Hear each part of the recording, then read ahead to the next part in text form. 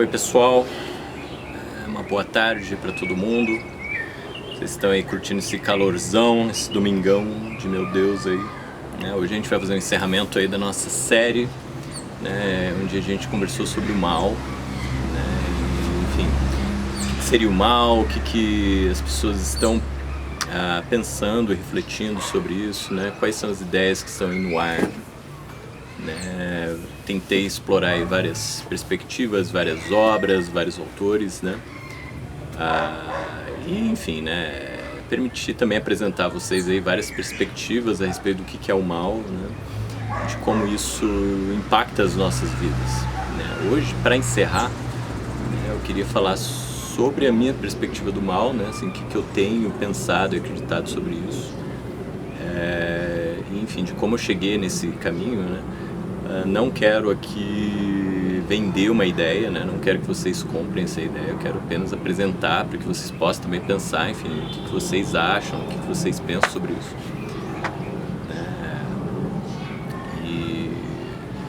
Enfim, eu acho que o que é legal dessa apresentação é você perceber que, tipo, cada um tem a sua tarefa, tá? De criar seu próprio código, né? De criar a sua própria, vamos dizer assim, bússola moral, né? E não confiar que outra pessoa venha dar isso para elas, né? Então, assim, isso é um esforço individual, infelizmente, né? E eu não quero aqui também confiar que isso vai dar certo, né? Assim, eu não acho que o momento atual permita isso também, tá, gente? Então, assim, por mais que eu apresente isso para vocês, isso não é uma fórmula, né? Não quer dizer que fazendo isso vai dar certo. Eu, de fato, não sei o que vai dar certo, né? Assim, não sei como a gente pode trabalhar essa ideia para que a gente possa ter uma transformação ética, vamos dizer assim, né, na nossa sociedade, né? Assim, não sei como a gente pode trabalhar isso de forma efetiva, né? Por quê? Porque, bom, a gente vai perceber isso aqui no decorrer da apresentação, né? Eu vou começar lendo com vocês aqui um texto do Walter Benjamin, né? Capitalismo como religião, né? E o que esse texto me deu um clique, assim, né? Vamos lá, deixa eu ler com vocês e aí a gente vai elaborando a ideia, né? Que o Walter diz o seguinte, ó: o capitalismo deve ser visto como uma religião, isto é, o capitalismo está essencialmente a serviço da resolução das mesmas preocupações, aflições e inquietações que outrora as assim chamadas religiões quiseram oferecer resposta. A demonstração da estrutura religiosa do capitalismo, que não é só uma formação condicionada pela religião, como pensou Weber, né, lá na Ética Protestante, mas um fenômeno essencialmente religioso, nos levaria ainda hoje a desviar para uma polêmica generalizada e desmedida. Não temos como puxar a rede dentro da qual nos encontramos, ou seja, o Walter já começa a perceber que a coisa é feia. Assim, é muito mais, a gente está muito mais enredado nisso do que a gente imagina. Mais tarde, porém, teremos uma visão geral disso, né? E ele começa lá. Contudo, 3 traços já podem ser identificados na estrutura religiosa do capitalismo. Em primeiro lugar, o capitalismo é uma religião puramente cultual, talvez até a mais extremada que já existiu. Nele, todas as coisas só adquirem significado na relação imediata com o culto. Ele não possui nenhuma dogmática, nenhuma teologia. Sob esse aspecto, o utilitarismo obtém sua coloração religiosa. Ligado a essa concepção de culto está um segundo traço do capitalismo, a duração permanente do culto. O capitalismo é a celebração de um culto sem sonho e sem piedade. Para ele não existe dias normais. Não há dia que não seja festivo no terrível sentido da ostentação, de toda a pompa sacral, do empenho extremo do adorador. Então esses primeiros 2 pontos aqui, falando do culto capitalista, né, eu acredito que o capitalismo seja tão extremo nesse sentido, né, que a gente não consiga nem refletir sobre, né? A gente, em geral, não consegue demarcar isso, né? Tipo, qual que é o Deus capitalista, né? O que as pessoas buscam, o que as pessoas adoram aí nessa vida diária delas, né? Se não trabalhar, produzir e gastar, né? Diariamente. E as pessoas estão o quê? Exaustas, cansadas, né? Exauridas. Então, assim, elas correm atrás de algo que elas nem sabem o que é direito, né? E diariamente, sem parar, né? Até nos momentos de folga a gente está consumindo, né? A gente está tentando participar desse culto sem nome, esse culto estranho, né? Então, assim, como que eu também cheguei nessa posição, né? Quando ele fala aqui do utilitarismo, né? É porque assim, eu em toda a minha vida sempre fui religioso, né, na minha forma de levar a vida, né? Eu sempre pensei no sentido das coisas, em Deus, o que significa tudo isso, o que é nascer e estar aqui nesse planeta aqui, né? Para que serve tudo isso, qual que é o ponto aqui, né? Da gente estar aqui trocando, trabalhando que nem louco todo dia, onde leva tudo isso, quem disse que tinha que fazer isso? Né? Então eu sempre me questionei essas coisas. Na medida que eu ia questionando isso, as pessoas iam sempre me, sabe, tipo, se opondo ao que eu dizia, né? Tipo, assim, era um questionamento estranho, né? Toda vez que eu levantava essa questão, era de certa forma hostilizado, né? Vamos dizer, as pessoas sentem um mal-estar conversando sobre isso, né? Pra mim hoje fica claro que é porque já tem um culto, tá? Então assim, se você traz outra reflexão, outra ideia, né? O culto instituído se incomoda, né? Assim, as pessoas se incomodam, né? Por quê? Porque se torna uma espécie de heresia, né? Você pensar em outra possibilidade de existência é uma heresia dentro desse cenário de vida que a gente está inserido, né? É extremamente compacto, né? Extremamente massificado, né? Então, se você aqui abre uma questão do tipo, pô, o que é Deus, né? Como se relacionar com Deus? O que seria uma religião mais interessante, mais lúdica, mais, sabe, divertida, mais colorida?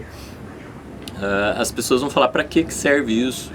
Será que Deus... vão questionar, né? Será que Deus existe? Esse questionamento sobre se Deus existe, na minha opinião, é um questionamento já dentro desse capitalismo religioso, né? Ou seja, existe outro Deus, senão esse negócio estranho que eu já sigo?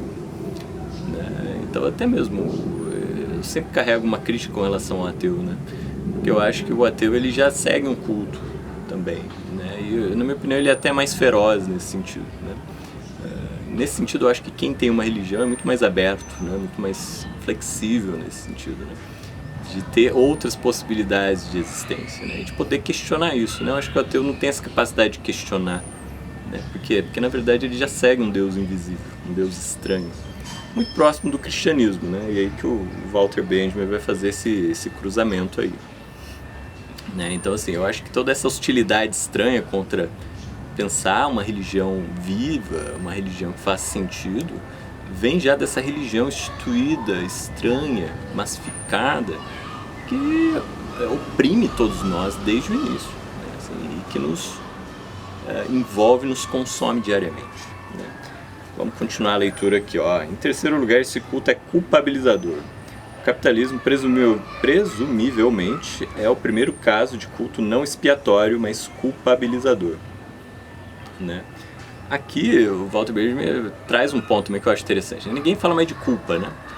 Ninguém reflete sobre a culpa atualmente, né? Ninguém fala assim, nossa, estou culpado porque fiz tal coisa, né? As pessoas, elas vão vivendo, né? Elas vão fazendo coisas e vão sofrendo. Então assim, essa perspectiva da culpa também está dentro daquele poema que eu trouxe um dia, né? Falando sobre como o pobre hoje, né, também que largado às traças. Então assim, ele está largado à própria culpa e ele tem que se virar ainda, inclusive, para espiar isso, né? Então assim, hoje a gente abandona todo mundo à própria sorte, inclusive no sentido de buscar uma redenção, uma expiação dos seus problemas, de suas culpas, né? Então esse culto que eu acho muito cruel do capitalismo, né, desse mundo que a gente está inserido, né? Ele faz com que a gente faça uma série de coisas que se culpem, mas nem articula isso, nem ajuda, não dá ferramenta, não dá opções nenhuma para as pessoas, né? E hoje o que acontece? Como eu falei, né? Ninguém fala de culpa, mas as pessoas falam de autossabotagem, por exemplo, né? As pessoas falam que não conseguem ser felizes, as pessoas falam que não conseguem ter relacionamentos plenos, interessantes e felizes nas suas vidas. E aí você pergunta, né, o que é isso, autossabotagem, né? Da onde você tira isso? Por que uma pessoa se auto-sabotaria deliberadamente, né? Se não for como um mecanismo expiatório, né? Como uma forma de livrar-se a si mesmo de sua própria culpa, né? Agora, da onde que vem essa culpa, né? O que seria essa culpa? Ninguém reflete sobre isso, né? E a gente fica aí repetindo que nem uma matraca de autossabotagem, né? Que faz autossabotagem por causa disso, que eu estou me autossabotando por causa daquilo, né? Então esse é o terceiro traço da gente, essa culpa, né, que se expande sem limites, né? Ou seja, esse culto capitalista não está nem aí para lidar com isso, né? Vamos lá, né, gente? Prosseguindo aqui, né? Então a gente falou desse aspecto da culpa que eu acho muito interessante. Poderia explorar mais, tá? Mas vamos seguindo, né? O quarto traço dessa religião é que seu Deus precisa ser ocultado e só pode ser invocado no zênite de sua culpabilização. O culto é celebrar diante de uma divindade imatura.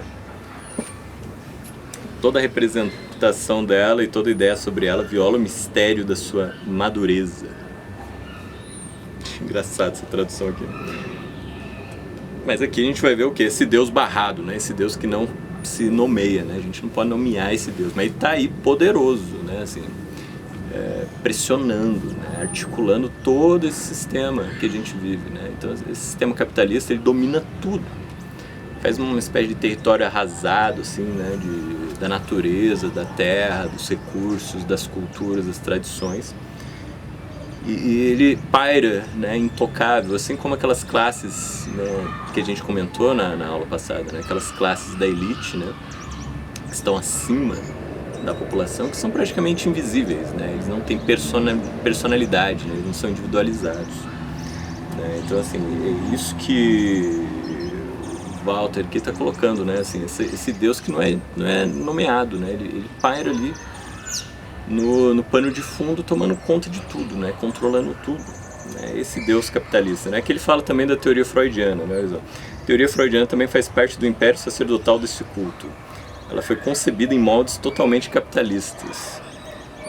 A partir de uma analogia muito profunda ainda a ser esclarecida, aquilo que foi reprimido, a representação pecaminosa, é o capital que rende juros para o inferno do inconsciente, né?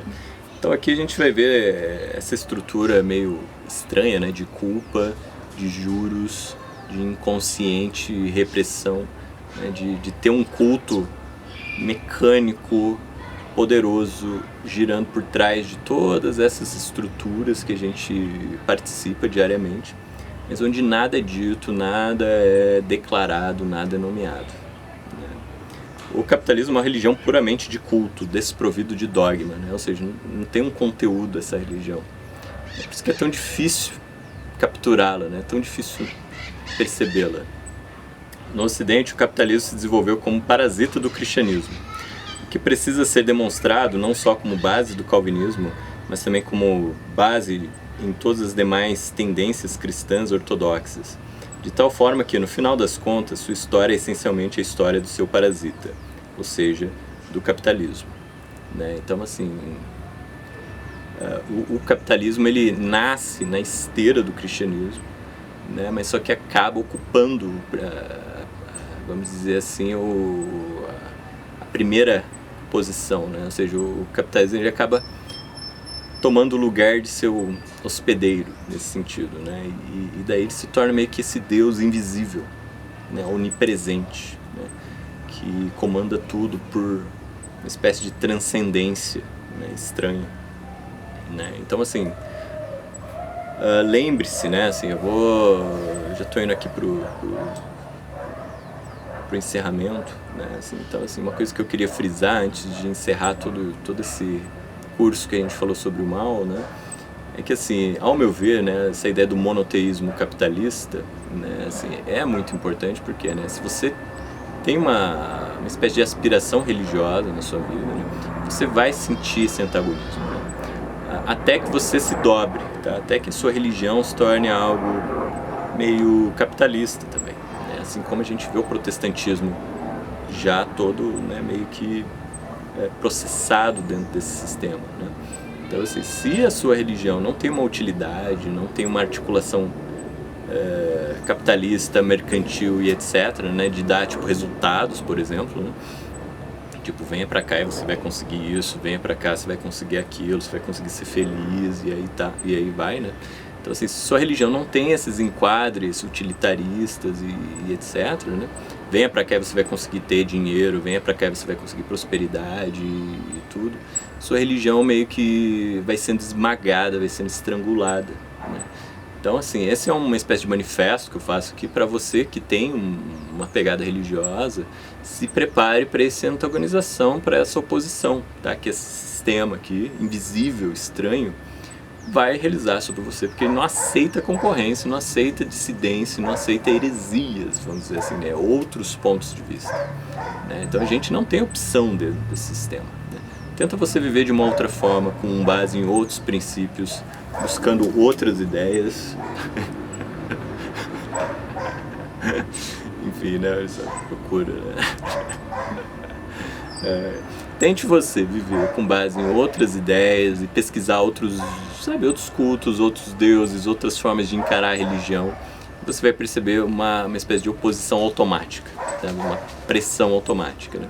Então, assim, o problema da religião, de se ter uma religião, né? E muitas pessoas têm até vergonha de falar que tem uma religião, né? O grande problema disso é essa concorrência que já tem, né? Ou seja, a gente já está no meio de uma religião que é extremamente feroz, né? Sectarista e, sabe, como é que eu poderia dizer, controladora, assim, né? Nesse sentido, né? Então, assim, se você está sofrendo isso, se você tem uma espécie de incômodo e não consegue dar vazão ao a sua, vamos dizer assim, busca religiosa nesse mundo, né? Saiba que tem um porquê. É isso, né? Ao meu ver, a gente já tem um sistema religioso do qual todos fazemos parte e ninguém escolheu, né? Ninguém entendeu e ninguém percebe, ninguém critica esse tipo de coisa, né? E todo mundo tenta se enquadrar, isso que é o pior, né? Então, assim, esse é o meu manifesto, né? Uma espécie de crítica a isso, que a gente possa se destacar disso, que a gente possa, sabe, realmente ter uma busca religiosa própria, né? E, inclusive, podendo também articular a sua própria moralidade, seus próprios valores, né? Isso que eu tento aqui nesta série, nesse vídeo, oferecer a você. Uma possibilidade de ter seu próprio culto, seu próprio sistema moral, seus próprios valores, e que você mesmo possa lançar a mão de ferramentas, seja esse vídeo, seja livro, seja autores, e aqui eu vou tentar apresentar para vocês formas e ferramentas para fazer isso, para que a gente possa lutar contra isso, para que a gente possa abrir novos caminhos, né? E eu acredito que só através da religião a gente consegue fazer essa abertura, né? Mais, como é que eu posso dizer, mais bruta, no meio desse sistema já completamente religioso, mas também invisível e refletido, no qual a gente está imerso, né, gente? Eu agradeço aí sua visualização, você que está acompanhando pode mandar aí sua pergunta, suas ideias, a gente vai continuar aí na próxima série aí que a gente vai elaborar, a gente vai tentar conversar sobre a religião, né, e sobre como é que é, de certa forma, ter uma existência religiosa sem ter uma religião instituída, institucionalizada, né? Assim, a gente vai tentar refletir sobre isso, como também te dar mais recursos para lidar com essa espiritualidade bruta, vamos dizer assim, né? Um abraço a todos e até a próxima.